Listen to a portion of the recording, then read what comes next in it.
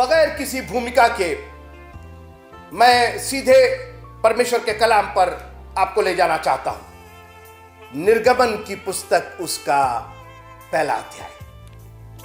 जी हां, हमने एक यात्रा तय की है और वो उत्पत्ति की किताब की यात्रा। मुझे यकीन है कि आप उसके द्वारा जरूर आशीषित हुए होंगे। और आज प्रभु ने एक बार फिर से हमें जिंदगी का ये पहलू दिया कि हम निर्गमन की पुस्तक, वो पुस्तक जो यीशु मसीह की पैदाइश से 1633 साल पहले, 1688 साल पहले, 1688 ईयर्स बिफोर क्राइस्ट, बीसी, यीशु मसीह की पैदाइश के 1688 साल पहले मूसा नाम एक व्यक्ति के द्वारा लिखी गई। एक ऐसी किताब जो पूरी तरह से पवित्र आत्मा की प्रेरणा से लिखी गई, पूरा कलाम पवित्र आत्मा की प्रेरणा से। और ये जो 5 किताबें, उत्पत्ति, निर्गमन, लय व्यवस्था, गिनती और व्यवस्था विवरण, ये 5 किताबें वास्तव में एक ही किताब के रूप में मूसा ने लिखी, एक ही पार्चमेंट पर। कुछ उसमें जानवरों के चमड़े भी थे जिस पर मूसा ने पवित्र आत्मा की प्रेरणा से लिखा। और मित्रों, ये पवित्र आत्मा की प्रेरणा से ही लिखा जा सकता है कि आदि में परमेश्वर ने आकाश और पृथ्वी की रचना की। पृथ्वी बेडौल और सुनसान पड़ी थी। मूसा कहां था उस वक्त? वहां किसने बताया उसको कि पहले दिन क्या हुआ, दूसरे दिन क्या हुआ, मनुष्य की सृष्टि कैसे हुई? उसी पवित्र आत्मा ने मूसा को यह प्रेरणा दी, ये ज्ञान दिया कि परमेश्वर ने आदम को भूमि की मिट्टी से रचा। यह भी ज्ञान दिया कि उसके नथनों में जीवन का श्वास हमारे प्रभु ने फूंका। मूसा को यह भी ज्ञान दिया कि परमेश्वर ने कहा मनुष्य का अकेला रहना अच्छा नहीं, और इसलिए उसने उसकी पसली से एक स्त्री बनाई, एक नारी बनाई, इसका नाम हवा रखा। मूसा को यह भी ज्ञान दिया कि किस तरीके से सांप ने, इब्लीस ने आकर के हवा को बहका दिया, आदम ने भी वो फल खाया, दोनों नंगे हो गए। और किस प्रकार परमेश्वर ने सांप को, इब्लीस को तो जिंदगी भर का श्राप दिया, मगर इंसान को, आदम और हवा को सिर्फ श्राप ही नहीं, उस श्राप के साथ साथ आशीषें भी दी। उसी पवित्र आत्मा के ज्ञान ने मूसा को यह बताया कि किस प्रकार कैन और हाबिल का एक रिश्ता हुआ, कैसे कैन ने अपने भाई हाबिल की हत्या कर दी। उसी पवित्र आत्मा की प्रेरणा ने मूसा को यह भी बताया कि जब मनुष्य पृथ्वी पर बढ़ने लगे, उपद्रव से पृथ्वी भर गई थी, मगर नूह नाम का एक धर्मी आदमी था और जिसको परमेश्वर ने चुना ताकि वो एक नाव बनाए, और एक बहुत बड़ा जल प्रलय आया और वो संसार नष्ट हो गया। मगर नूह और उसके पुत्रों के द्वारा ये पृथ्वी फिर आगे मनुष्यों से भरने लगी। और फिर आगे चल करके उसी पवित्र आत्मा ने मूसा को यह ज्ञान दिया अपने इन किताबों को लिखने का कि किस तरीके से अब्राहम नाम का एक व्यक्ति, जो परमेश्वर की नजर में एक चुना हुआ व्यक्ति था, परमेश्वर ने उससे कहा कि यहां से निकलो, अब मैं तुम्हारे द्वारा एक नई जाति बनाऊंगा, इस संसार को फैलाऊंगा, फुलाऊंगा, तुम्हारे वंशज को मैं बढ़ाऊंगा। उसी पवित्र आत्मा की प्रेरणा ने मूसा को यह ज्ञान दिया जब मूसा वहां नहीं था कि किस तरीके से एक इतना बड़ा आश्चर्य कर्म अब्राहम उसकी पत्नी सारा के साथ किया, जो बांझ थी, जिनकी संतानें नहीं थी, उसको परमेश्वर ने एक खूबसूरत बालक दिया जिसका नाम इसहाक था। उसी पवित्र आत्मा की प्रेरणा से मूसा ने यह भी लिखा कि किस तरीके से परमेश्वर ने उस एक लौते पुत्र को मांग लिया और कहा इसको मेरे लिए बलिदान करके चढ़ा दे। उसी आत्मा की प्रेरणा ने मूसा को यह भी ज्ञान दिया कि कैसे वो इसहाक बलिदान तो चढ़ाया जाता है, मगर फिर आगे चल करके एक आशीष का कारण हो जाता है। उसी पवित्र आत्मा ने मूसा को यह भी ज्ञान दिया कि इसहाक की शादी रिबका से होती है और उनके 2 पुत्र होते हैं, एसाव और याकूब, बल्कि मैं यूं कहूं याकूब और एसाव, क्योंकि मूसा ने यह भी पवित्र आत्मा की प्रेरणा से लिखा है कि एसाव ने अपने पहलौठेपन को तुच्छ जाना। तो जब आप ही तुच्छ जान रहे हैं तो हम कौन होते हैं आपको पहलौठा कहने में या पहले आपका नाम लेने में। मित्रों, बहुत बड़ी शिक्षा है। ये सब पवित्र आत्मा की प्रेरणा से मूसा लिख रहा था। मूसा ने आगे ये भी लिखा कि किस तरीके से याकूब को एक ऐसी आशीष मिली जो आज तक हम और आप उसका उपयोग कर रहे हैं। आगे उसने ये भी लिखा पवित्र आत्मा की प्रेरणा और पवित्र आत्मा के दिए ज्ञान से कि यूसुफ नाम का उसी का एक बेटा, याकूब का एक बेटा परमेश्वर का चुना हुआ, और किस तरीके से वो मिस्र में भेजा जाता है। और जब चारों ओर हाहाकार और अकाल नहीं, भयंकर अकाल पड़ा था, ऐसे समय में अगर कोई बचा तो बचा कौन? वो मिस्री लोग, वो इब्रानी लोग, वो मूसा, वो यूसुफ और उसके खानदान के लोग बचाए गए। मित्र, परमेश्वर ने पहले से ही इंतजाम कर दिया। यूसुफ ने इस बात को बोला कि परमेश्वर ने मुझे तुम्हारे आगे भेजा कि तुम्हारा वंश बचाया जाए, ये मिस्री बचाया जाए। किसने ये प्रेरणा दी मूसा को लिखने की? पवित्र आत्मा ने दी। मित्रों, कैसा खूबसूरत हमारा प्रभु है जो हजारों साल की बातें अपने पत्र हम हो चाहे ना हो, लेकिन पवित्र आत्मा की प्रेरणा से वो हमें ऐसी ऐसी ज्ञान की बातें बताता है। और आज भले ही हम यूसुफ, याकूब, इसहाक, अब्राहम, नूह, आदम और हवा के जमाने में नहीं है, लेकिन अपने वचन के द्वारा उसने हमें ये गूढ़ बातें बताई हैं। और आज हम निर्गमन की पुस्तक पर उसका अध्ययन करने और उसकी यात्रा करने के लिए निकल पड़े हैं। देखिए मित्रों, निर्गमन की पुस्तक को तो होना ही होना था, क्योंकि निर्गमन की पुस्तक की शुरुआत निर्गमन 1 से नहीं हुई है। निर्गमन की पुस्तक की शुरुआत तो 15वें अध्याय किसके? उत्पत्ति के 15वें अध्याय और 13वीं और 14वीं आयत में। भाई देवे, अगर आपने उत्पत्ति का 15वां अध्याय का सरमन नहीं सुना है, उस पर व्याख्यान नहीं सुना है, तो मेहरबानी से आप जो नंबर नीचे दिया जा रहा है उस पर कॉल करके आप जरूर उस सरमन को सुनिएगा। वो एक इतनी बड़ी भेद की बात है जो परमेश्वर ने मुझे दिया और मैंने आप तक पहुंचाया है। वो उत्पत्ति का 15वां अध्याय।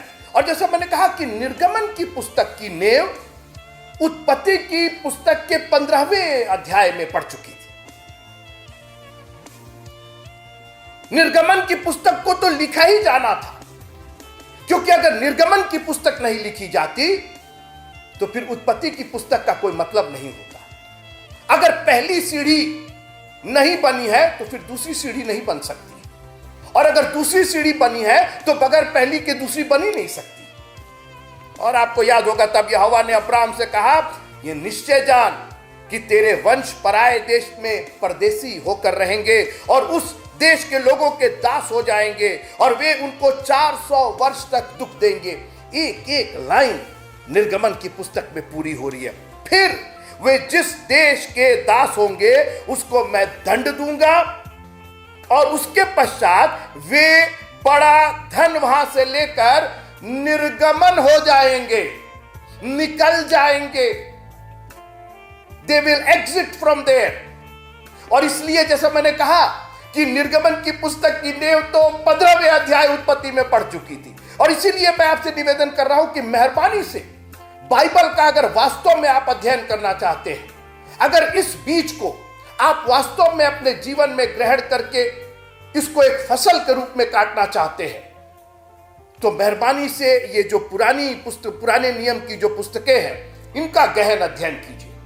मैं दावा करता हूं कि आप नए नियम को तब तक नहीं समझ सकेंगे जब तक कि पुराने नियम को आप अच्छे से नहीं समझेंगे, क्योंकि अभी तक पुराना नियम हमें किस्सा कहानी और उस समय का, जी हां उस वक्त किस्से भी हुए, कहानियां भी हुई, लेकिन बहुत सारी ऐसी बातें हैं जो आज भी हमारे लिए उतनी ही वैल्यूएबल है, उतनी ही मूल्यवान है जितनी उस वक्त थी। यीशु मसीह ने अपने चेलों को इम्माउस के मार्ग पर जा रहे थे, भविष्यवक्ता से लगाए अपने बारे में बताया और बोला कि निर्बुद्धि हो क्या, तुमको मालूम नहीं है? हाँ साहब, हम निर्बुद्धि हैं क्योंकि हमारे चर्च ने, हमारे पास्टर ने, हमारे प्रीचर ने हमें कभी सिखाया नहीं भविष्यवक्ताओं के बारे में। और इसलिए मैं सोचता हूं कि हम बहुत खुशनसीब और बहुत आशीषित लोग हैं कि प्रभु ने अपना कलाम हमें भविष्यवक्ताओं से अपने बारे में सीखने का मौका दिया है। आइए निर्गमन की पुस्तक में आते हैं। मैंने कहा कि मरते समय यूसुफ ने अपने भाइयों से कहा कि एक दिन परमेश्वर तुम्हें निश्चय यहां से निकाल देगा। मैं पढ़ना चाहता हूं उत्पत्ति की पुस्तक उसका 50वां अध्याय 50th चैप्टर ऑफ जेनेसिस। फिर यूसुफ ने इस्राएलियों से यह कहकर कि परमेश्वर निश्चय तुम्हारी सुधि लेगा, बल्कि 24 में पढ़ देता हूं उत्पत्ति की पुस्तक उसका 50वां अध्याय और 24वीं आयत, 50th chapter of Genesis and verse number 24। और यूसुफ ने अपने भाइयों से कहा, मैं तो मरने पर हूं, एक अच्छी सी पक्की कब्र बनवाना, देखना कि उस पर जो पत्थर लगे वो संगमरमर का पत्थर हो और सफेद रहे वो और काफी चौड़ी। मरने पर तो आदमी यही, आज हमारी यही दशा मित्रों, आज मिस्र के होकर के रह गए, लेकिन ये शख्स मिस्र का सेकंड इन कमांड होने के बावजूद इतना शक्तिशाली और इतना प्रभावशाली, मिस्र का इतना आशीषित, मिस्र में इतना आशीषित, न सिर्फ खुद उसने अपने आप को बचाया, अपने खानदान को बचाया, मिस्रियों के लिए वो एक ईश्वर के समान हो गया, फिरौन का पिता सा हो गया। ऐसा शख्स अपने मरते समय जो बात कह रहा है मैं आपके साथ शेयर करना चाहता हूं, परंतु परमेश्वर निश्चय तुम्हारी सुधि लेगा और तुम्हें इस देश से निकालकर उस देश में पहुंचा देगा। अरे इस यूसुफ क्या बात कर रहे हो, तुम कहां उस देश की बात कर रहे हो? तुमको तो कितना आदर सम्मान, रुपया पैसा, धन दौलत, बंगला, गाड़ी सब तो यहां मिला तुमको, और तुम अभी भी दूसरे देश की बात कर रहे हो जिसके देने की उसने इब्राहिम, इसहाक और याकूब से शपथ खाई थी। अरे क्या बात कर, सोचिए आप, अपने आप को मरते समय भी परदेसी ही जान रहा है। उसने कहा हाँ हम जरूर यहां रहे हैं, यहाँ इसमें कोई शक नहीं है कि यहां से मेरी रोजी रोटी थी, मेरी नौकरी थी, मेरी पेंशन थी, मेरा घर द्वार, मेरी प्रॉपर्टी थी, सब था, लेकिन हम यहां के नहीं हैं और ना हम यहां रहना चाहते हैं। मरने के बाद भी मैं जीवितों के उस जगह जाना चाहता हूं जो हमारे प्रभु ने हमारे लिए तैयार की है। जब वो तुरही का शब्द फूका जाएगा मैं उस जगह पर जाना चाहता हूं जब प्रभु हमको लेने के लिए आएगा। और उसने कह दिया था कि एक दिन प्रभु तुम्हारी सुधि लेगा। निर्गमन की पुस्तक, कुछ एक बातें मैं आपके लिए निर्गमन की पुस्तक के लिए से लेकर के आया। दूसरी किताब है बाइबल की 66 किताबों में से 39 किताबें पुराने नियम में, 27 किताबें नए नियम में। This is the second book of the wonderful word of God which we call Bible. 40 अध्याय हैं इसके अंदर, 129 पद पूरी हुई भविष्यवाणी से संबंधित है। वो भविष्यवाणियां जो पूरी हो गई 129 पद हैं। 2 पद ऐसे हैं जिनकी भविष्यवाणियां अभी पूरी होनी बाकी है। परमेश्वर ने 73 संदेश, 73 वचन अपने बोले हैं निर्गमन की पुस्तक में। 827 आज्ञाएं हैं, कमांडमेंट्स हैं, 28 वाचाएं हैं। मूसा ने 42 अपने जीते जी 42 आश्चर्य कर्म किए और उसमें 35 निर्गमन की पुस्तक में दर्ज है। निर्गमन की पुस्तक उत्पत्ति की पुस्तक से अलग नहीं है, क्योंकि उसकी लाश को, यूसुफ की लाश को संदूक में रख करके मिस्र में रखा गया था और अब मिस्र की चर्चा होती है। एक यहां एक नया कैरेक्टर, एक नया जन प्रभु चुनता है जिसका नाम मूसा है।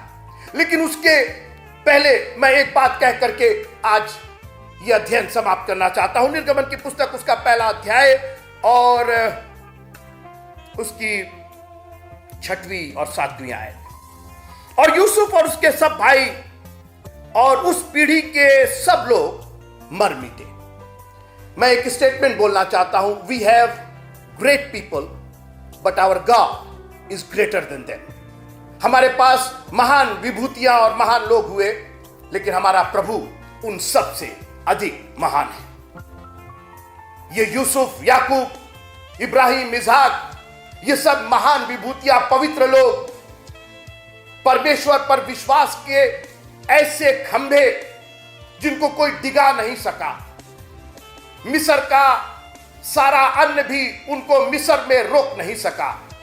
मिस्र की सारी इज्जत, सारा गौरव, मिस्र में इतना धन दौलत होने के बावजूद मिस्र उन्हें रोक नहीं पाया। ऐसे लोग मर मिट गए, क्योंकि परमेश्वर ने कहा था कि तू मिट्टी है और मिट्टी में ही मिल जाएगा।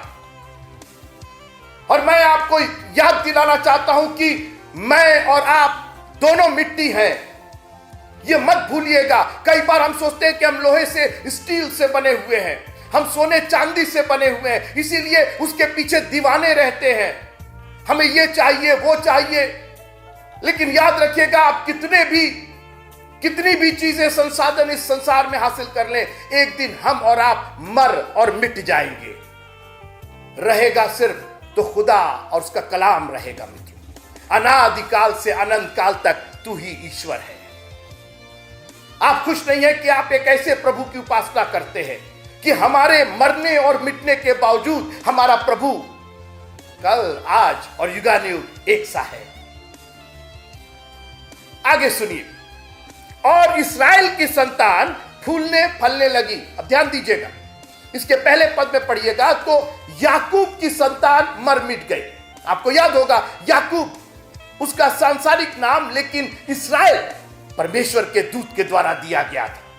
तो याकूब की जो सांसारिक संतानें थी, जो सांसारिक रूप से उससे पैदा हुई थी, वो सब मर और मिट गए। लेकिन आगे खानदान क्या चला? इस्राएल का खानदान चला। The spiritual family of Jacob began to grow and multiply. आज मैं आपसे निवेदन करना चाहता हूं, कुछ आत्मिक संतानें पैदा कीजिए मित्रों, कुछ आत्मिक वंशज पैदा कीजिए। ये सांसारिक वंशज के पीछे हम लोग दीवाने हुए जाते हैं। हम लोग क्या कर दे उनके लिए, ये दे दे वो दे दे। एक काम कीजिए, ये सब कहीं ना कहीं मर और मिट जाएंगे। अगर आपको अपना वंशज चलाना है तो कुछ आत्मिक वंशज पैदा कीजिए ताकि ये चलता रहे। और इस्राएल की संतानें फूलने और फलने लगी, क्योंकि ये स्पिरिचुअल संतानें थी। मगर इस फूलने और फलने में एक कमी आ गई, मैं आगे कहना चाहता हूं। और वे लोग अत्यंत सामर्थी बनते चले गए और इतना अधिक बढ़ गए कि कुल देश उनसे भर गया। ये मेजॉरिटी में हो गए। ये वर्ड मैं यूज करना चाहता हूं क्योंकि हमारे हिंदुस्तान में एक वर्ड चलता है माइनॉरिटी का। क्रिश्चियन लोग माइनॉरिटी में है, माइनॉरिटी में है, माइनॉरिटी में। हम लोग इसी पर परेशान रहते हैं। और आज एक विचार देकर के आपसे विदा लेना चाहता हूं। कितने मेजॉरिटी होना चाहते हैं आप कहेंगे क्यों ना हो? अरे अच्छी बात है। अरे आज हम लोग क्या क्या कर रहे हैं कि मेजॉरिटी हमारे साथ हो जाए, कितने थाउजेंड एंड मिलियन हमारे व्यूज हो जाए। ये कर रहे, वो कर रहे, ऐसा कर रहे, वैसा कर रहे। लेकिन मित्रों, यही मेजॉरिटी माइनॉरिटीज की गुलाम बन करके रह गई। सुनिएगा 11वां पद, निर्गमन 1 अध्याय और 11वां पद। इसलिए उन्होंने उन पर बेगारी कराने वालों को नियुक्त किया कि वे उन पर भार डाल डालकर उनको दुख दिया करें। अरे ऐसा कैसे हो सकता? वो मेजॉरिटी में है भाई, बहुसंख्यक है वो लोग। इब्रानी लोग यूसुफ के, अब ये इस्राएल के पुत्र फूलने फलने लगे, संख्या में बढ़ गए मित्रों, नंबर्स में बढ़ गए, मगर परमेश्वर से दूर होते चले गए। हम आगे आएंगे, आप घबराइए नहीं, हम आगे आएंगे इस बात पर। हम कहीं इधर उधर से बात नहीं कर रहे हैं। ये नंबर्स में तो बहुत बढ़ गए, और आज बहुत सी बड़ी बड़ी कलीसियाएं नंबर्स में तो बढ़ गई हैं, मगर स्पिरिचुअलिटी में माइनॉरिटी हो गई है। जब किसी डिनर का आयोजन किया जाता है तो हजारों लोग चले आते हैं, मगर जब प्रेयर और फास्टिंग का आगाज किया जाता है तो माइनॉरिटी ही रह जाती है। मेजॉरिटी में बहुत लोग दिखाई देते हैं। जब हमारे त्योहार होते हैं तो मेजॉरिटी में आपको लोग दिखाई देंगे, मगर जब प्रेयर और फास्टिंग और परमेश्वर के वचन को और जब ठहरे रहना होता है, जब टेरी मीटिंग होती है, जब पवित्र आत्मा की सामर्थ पाने के लिए मीटिंग होती है, तो माइनॉरिटी ही आपको चर्च में दिखाई देती है। हम हो सकता है कि बढ़ गए हो संख्या में, लेकिन ख्याल कीजिएगा कहीं ऐसा तो नहीं कि हम परमेश्वर की सामर्थ में कम हो गए हैं, क्योंकि बाइबल कहती है कि ना तो बल से और ना शक्ति से। और पूरी बाइबल में दर्जनों ऐसे उदाहरण है जहां परमेश्वर ने भीड़ को इस्तेमाल किया ही नहीं, बहुसंख्यकों को इस्तेमाल किया ही नहीं, माइनॉरिटीज को इस्तेमाल किया। और आज मैं आपको चैलेंज करता हूं, उत्साहित करना चाहता हूं, if we are in minority, do not worry about it, because it's not by might and it's not by power but by the spirit of the lord. ये ना तो बल से और ना शक्ति से, ना हमारे बहुसंख्यक होने से। इसकी चिंता मत कीजिए कि हम कब बहुसंख्यक हो जाएंगे, हम पूरी पृथ्वी पर भर जाएंगे, हमें जरूरत नहीं है। हमारे साथ अगर खुदावंद है तो ना हमें बल चाहिए ना शक्ति चाहिए, लेकिन परमेश्वर की आत्मा रहेगी तो हम गोलियात को धराशायी करने में वक्त नहीं लगाएंगे। ये हो तो गए थे संख्या में, बहुत बढ़ गए थे, मगर गुलामी की हैसियत से रह रहे थे, गुलामों की हैसियत से रह रहे थे। मिस्री थोड़े थे, मिस्रियों ने कहा कि कहीं ऐसा ना हो कि ये हम पर प्रबल हो जाए। अरे मिस्री ये नहीं प्रबल हो सकते हैं, क्योंकि जो बल इनका है, परमेश्वर हमारा शरण स्थान और बल है, उसको तो इन्होंने कब का छोड़ दिया है। ये तो अब पहचान में ही नहीं आते कि ये इब्रानी है कि मिस्री है। हम आगे चलेंगे, हम बात करेंगे। इन्होंने वही तौर तरीके अपना लिए थे। यूसुफ तक तो ठीक चलता रहा, मगर उसके भाइयों का ये खानदान था, ये फले फूले। और आज हम बहुत चीज में फल फूल जाते हैं मित्रों, मगर परमेश्वर के आशीषों में बिल्कुल संकुचित हो जाते हैं। और आज मैं आपको इस विचार के साथ विदा करना चाहता हूं, कितना बढ़ना चाहते हैं, कितना फूलना और फलना चाहते हैं, बिल्कुल फूलिए, बिल्कुल फलिए, मगर परमेश्वर की आत्मा से भरे रहिए मित्रों। परमेश्वर की सामर्थ में आगे बढ़ते चले जाइए। अगर अपने परिवार को आगे बढ़ाना है, आत्मिक वंशज पैदा कीजिए मित्रों, ताकि हम माइनॉरिटी में भी हो करके, अल्पसंख्यक हो करके भी बहुसंख्यकों पर प्रबल रहे। प्रभु आप सबको बहुत आशीष दे। जय मसीह।